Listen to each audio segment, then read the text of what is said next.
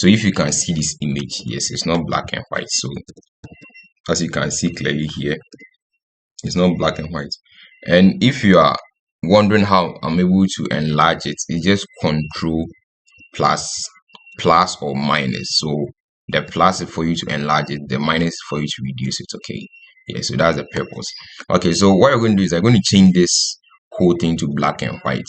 Yes, and every image from always, as I always say, we have the layers and we have the properties as I have designed mine.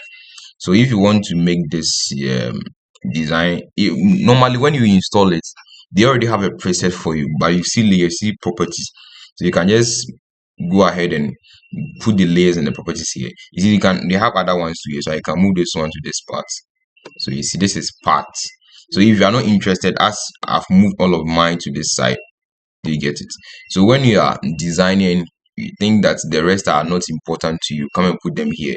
If you are going to use it, you put them back, or even here you can still use them. So we like the color. Yes, I have the color here, you get it.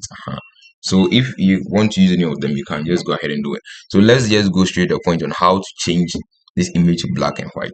So now when it comes to this image, one thing you have to know is that the properties of this image, when it comes down here, you have many things that you can do to this image.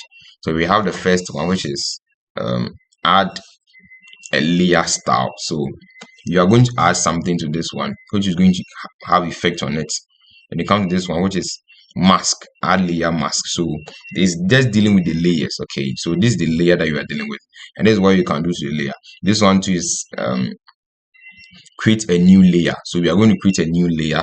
Then we have this one, which just deals with create a new group. Then we have create new fill and adjust the layer and all of that. Okay, so what I'm going to do is I'm going to change this one to black and white. So when it comes to this side, you see what are the actions is add the layer style. So when you click on it, you see we have blending option, you have bevel. Everything you're going to do is going to affect the layer that you selected. Okay, so we'll come to this one later, but let's go to how you're going to change to black and white. So we come this side, the down one here. So you right click on this.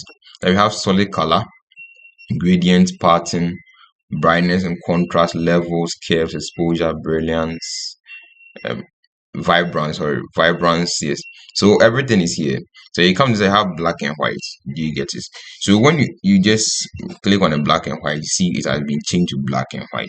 Okay, but maybe still you want to edit it, so that's what they're giving the chance here. So if I increase the red or reduce it, you see it's having effect on it. If you see the same way, but this is the actual one, the one that is a preset for black and white, and it's done that for you.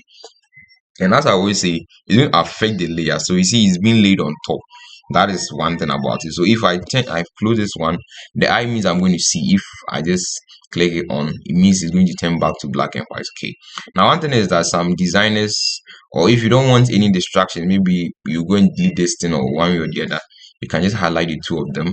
Then you can make it one image. So convert to smart image. So you've made it black and white. So when you convert to smart images, it's difficult to edit one way or the other, especially when you're using eraser. So if I'm going to use eraser on this, you see, because I've converted it to smart objects. So what I'm going to do next is I have to rasterize. So rasterize is like set it free. So you rasterize it. Now you can go ahead and edit it, you can erase it, you can do everything I want to do with it. Okay, yeah, so basically that's how the whole thing is being done. And now with the eraser 2, I think from my previous video I didn't really specify on that. The eraser 2, you have some opacity here. All that it means is that if it's 100 here, it's going to clean everything. You get it. But if you reduce, maybe you don't want everything to disappear, maybe you just want just a part of it. So you see, so still is that it's transparent. Yes, because I've reduced the opacity of the eraser. So basically that's how we're able to turn an image from colored to black and white using Photoshop. Thank you very much once again for watching this video.